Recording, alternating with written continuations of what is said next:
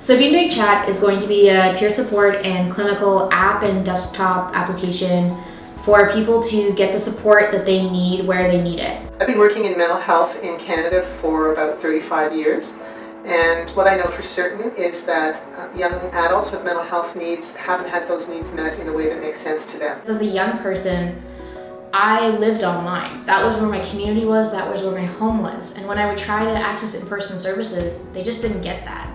It kind of felt like my doctors were playing volleyball with my illness and I was the net. It was a really disengaging feeling.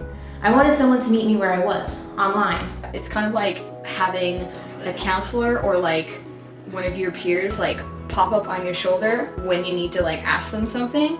Like, yo fam, like I'm feeling really shitty right now, and then they would just be there to listen, and then they kind of like leave when you exit the app, and then you kind of go along until you need it again. The accessibility, I think, is what makes BeanBagChat awesome, is kind of, providing that platform to make it as easy as possible and kind of remove as many of the kind of like, oh no, whatever, not that. Throughout the application, you might see that we said we co-design this app. So what does that mean?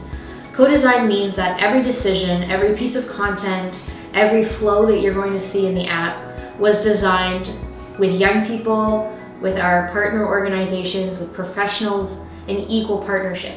I feel like a lot of the time when these kind of apps are created, they don't take into account asking young adults our opinions. Like, that would seem obvious.